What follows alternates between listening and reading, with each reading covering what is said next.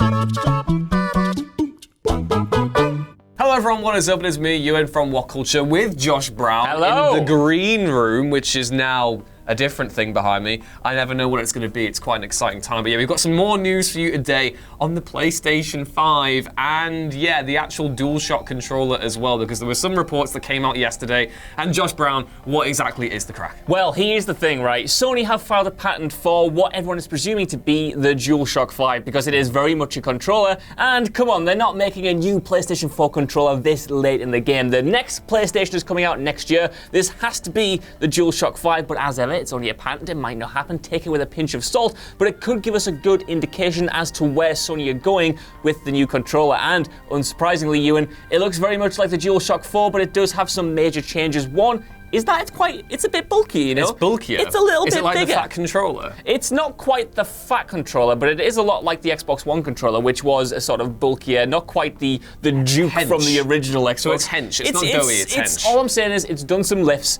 you know, it's not skipped leg day and other assorted gym quotes that I've forgotten right now, but it's certainly bigger, which for me is quite good. I like the fatter Xbox controller, even though the DualShock 4 was very ergonomically satisfying. I think there was room to make it a little bit heftier, but this is mostly to facilitate the new changes, because we know already from the Wired interviews that there's going to be haptic feedback in the controller itself. They've got new adaptive triggers, which have actually been shown off in this new patent. Hopefully we have some lovely images to show up. They have, there's better thumbsticks, they're slightly smaller. There's now a built-in microphone, which was also speculated in the Wired piece because... Built-in microphone? Yeah, Ewan, I know what you're thinking.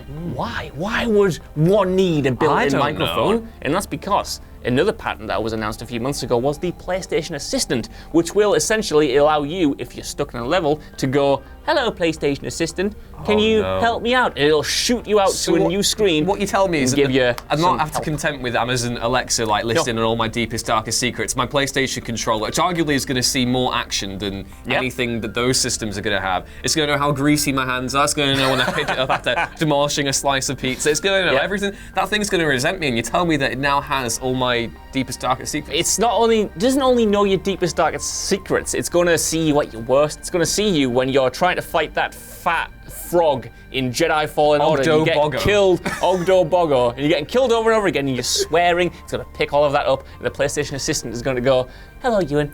Would you like some help?" I hate that. Because it's got a really nice voice like that. Unless I can choose the voice. Like if it's the dulcet tones of James Arnold Taylor's Obi-Wan Kenobi going, "You need some help, my young Padawan," then I'll be fine because I can deal with that. But if it's anything else, then I'm gonna have a bad time. One thing I cannot take and cannot fathom, but I know will be an unpopular opinion, is that they've taken out the light bar from the back and front of the DualShock. Oh my God, who could have seen this coming? One of the most controversial, unwanted features in the entire world is now gone. Sony is listening to feedback. Who's getting mad about the light bar?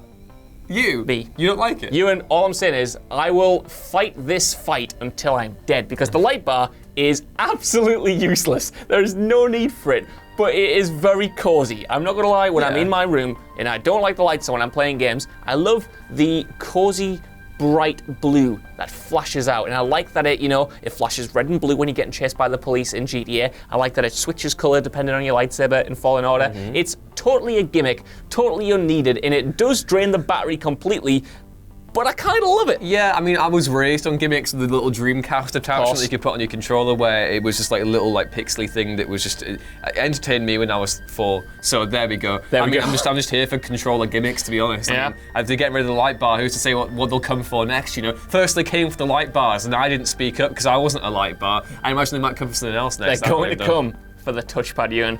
Not how you might think, because the touchpad hasn't really been utilized, but it's a nice sort of replacement for kind of map buttons. I like that that sort of becomes second nature to hit that and you throw the map up and stuff. It's being replaced by sort of something else, so the design will stay the same where you've got your controller and you've got a big square in the middle. By the sounds of things, that is going to be an actual touch screen, which I don't know if that's needed, and it kind of, to me, is antithetical to the design changes made elsewhere, because if you're taking the light bar out, the assumption is that you're trying to save battery, because at the moment the DualShock 4's battery life isn't all that great. Okay. Oh, gee, Unplug. Exactly. Oh god. Oh gee, back you go in. Shoving this thing in, and you pull the control. It's a completely different argument, but the idea is obviously if you're going to have an actual touchscreen on there, that won't do the battery life any favors. So like, is that like a touchscreen phone, the same material almost? Essentially. I'm worried about that getting scratched, you know. Me too. Imagine the amount of people rage quitting when they get killed by Ogdo Boggo for like the 50th time, and then they yeet their controller across the room. And Scott Tailson's just crushing it in his hand. He's going to break that thing in day one. He is. Absolutely. He absolutely is. I don't really know what the applications for this could be. It's another feature that was rumored a little while ago. As always, I'm hoping to see what Sony can do with it. If you asked me before the PS4 came out, Josh, do you want a light bar? I'd have said, absolutely not. Pull your trousers back up, get out of my house. Or, you know, whoever taught me this, I don't know, a Sony exec, potentially. You even locked a deep, disturbing, dark memory there. That was repressed. It's gone now. There are some other smaller changes, including there is a USB-C port on the bottom where the headphone jack is, which would be a lot better. And you might sound like we're making a big deal out of a controller, but controllers, at least in my opinion, I want to get yours on this, but when I was deciding whether to buy the Xbox One or the PlayStation 4 back at launch, because I couldn't obviously afford both, I used to go to Game, I guess the equivalent of GameStop in the UK, because they had two stalls set up on either side of the thing. You could grow up the controllers? And you could grow up the controllers, and I was so genuinely stressed out because I hated the PlayStation 3 controller with a passion that I was literally running backwards and forwards, trying to figure out whether the DualShock 4 was actually going to be good and sort of satisfy my love of the Xbox controller. Unfortunately, it did, but it's something we take for granted. But when you look back, we were talking before we came in about the Xbox 360 controller. At the time, that was considered the best thing since sliced bread. It was wonderful, and it still is. But if you go back, we have made changes since then, and there are new ways to improve on this front. And I feel like Microsoft have done that with their Elite controllers. They have a broad selection of different controllers you can choose from. They're all really good. Sony are making steps, but over this generation they've had one controller. They made a slight alteration where they changed the light pad, but I want to see them sort of embrace that sort of technology going forward. Yeah. And to me, it is a big deal. I completely agree with you. And this is one of the features they're talking about with the controller, the haptic feedbacks. I'm not going to pretend that I know what haptic means, but the idea of like the triggers, like if you're pulling back a bow, I think the Wide report a while ago said that if you did that, it would literally be a case of you'd feel resistance in the trigger, which is pretty cool. I'm really excited about that. I totally agree with you. When I was on the Xbox 360, I loved the Xbox controllers, and I never really was here for having it down. And the PlayStation 3 DualShock just looked. Was it still DualShock? Yes, it was just DualShock. Yeah, and that thing was it was so tacky. Like I felt like I was playing it. It was like it felt so clunky and nasty. But then the PlayStation 4 one has been great, and I've been really enjoying that. So if they keep that,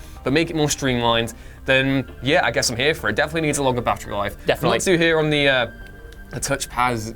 I've never in the games where it's like, oh, you can flick through Arthur Morgan's journal by going on the touchpad. I never really did that. I just hit the D-pad like a normal person. And but yeah, I'm excited about the different ways. I think there was a thing that Wide mentioned as well, where when they were driving on different terrain, the kind of different the feedback in the controller was different. So obviously, if you drive over rough terrain in racing games, when we've had the little rumble kind of vibration mechanics in controllers before, that's always been distinguishable. But if they can get the little nuances down, that'll be very interesting. That's it. I mean, a big selling point to me for the Xbox One was that their controller, not only was it satisfying to hold, they had the rumble in the actual triggers, which it kind of makes a difference when you're playing shooting games, that feedback. I mean, Sony is a company who famously took the rumble out of the early PlayStation 3 controllers, and that was a disaster, so it's good that they're learning from the mistakes. I'm excited to see what they've got in store. Hopefully, this is real. It's an interesting step forward, but to leave you with a nice other bit of tidbit of another bit of tidbit of news, a nice bit of tidbits.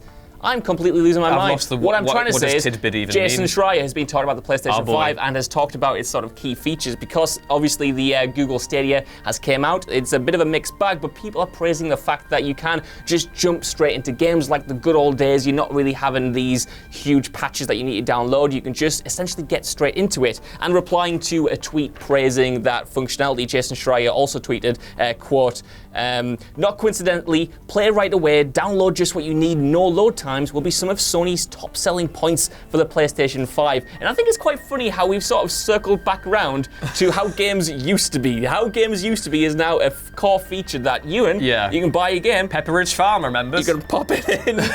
And you can just continue playing. We were talking before this, we were talking about how the death of, the going into your favourite local game store. I mean, obviously, Amazon and everything is killing all of that, but you go there and you'd have your midnight launch parties where you'd get the game, you'd get it, you'd have a great time with all your fellow nerds, and you'd go back home, pop it in the console, and you'd be away. You maybe have a little bit of an update to download it in the 360 days, but other than that, you'd be good to go. Now you have like a 2-hour install time and then a 50-hour download time, and then you think you're installed and ready to go, and then it's like, actually, friend, you can only play a portion of the game until it's fully installed. And it is a massive pain. Yep. But I'm curious, Josh, how do they compartmentalize the different downloads there? Because obviously, in order to use network features in any game, you need to download the most recent build of the game, and you can do that in the PlayStation 4. Now you just don't download the update and you can play the single player. So I'm curious to see how they introduce this downloading portions thing. Will it be like you get the campaign first or whatever? Well, this is something they've kind of tried to introduce over this generation, and in my opinion, it hasn't really worked well. At the moment, you have to download the game in its entirety, as we all know, but you can, for instance, in games like, the new Call of Duties, you can download the multiplayer portion first, or the campaign portion first, so you have something to play. I don't have the technological know-how to know how that just, translates to those different features being so compartmentalized that they work in isolation, but if it's a feature they can absolutely nail, because when it comes to sort of new console generations and new consoles, the companies often announce features like this that either don't work initially or take a long time to, actually come to the system. I remember the PlayStation 4, Sony made a big deal about Suspend and Resume, which did change my life when it finally arrived, but that didn't ship with the console. So there are obviously going to be teething problems. We might see more of those with this because I have no idea how they're actually going to do it. Someone smarter than me in the comments will probably be shouting at us right now, but if they do manage to nail it, that sort of instantaneous approach to gaming and getting back to the good old days of being able to go to a midnight launch and not having to stay up until 4 a.m. before you even get in the game because it's installing everything would be absolutely gorgeous. But as always, I want to know what you guys think down in the comments below. What do you think of this potential DualShock 5? And are you interested in the PS5's new systems? Either way, while you're down there, could you give us a like, share, subscribe, and head over to WhatCulture.com for more lists and news like this every day. I've been Josh. You can follow me at Twitter. You can follow me on Twitter. Mr. Twitter. At Josh Broom with 2 O's. This has been you, and you can follow him at Ewan Ruins Things. And you've been watching WhatCulture, and we'll see you soon. Bye. What are we doing? I don't know, man. Are we double It feels good, though. I think we're Charlie's Angels now. The real Charlie's Angels. Charlie XCX's Angels. What?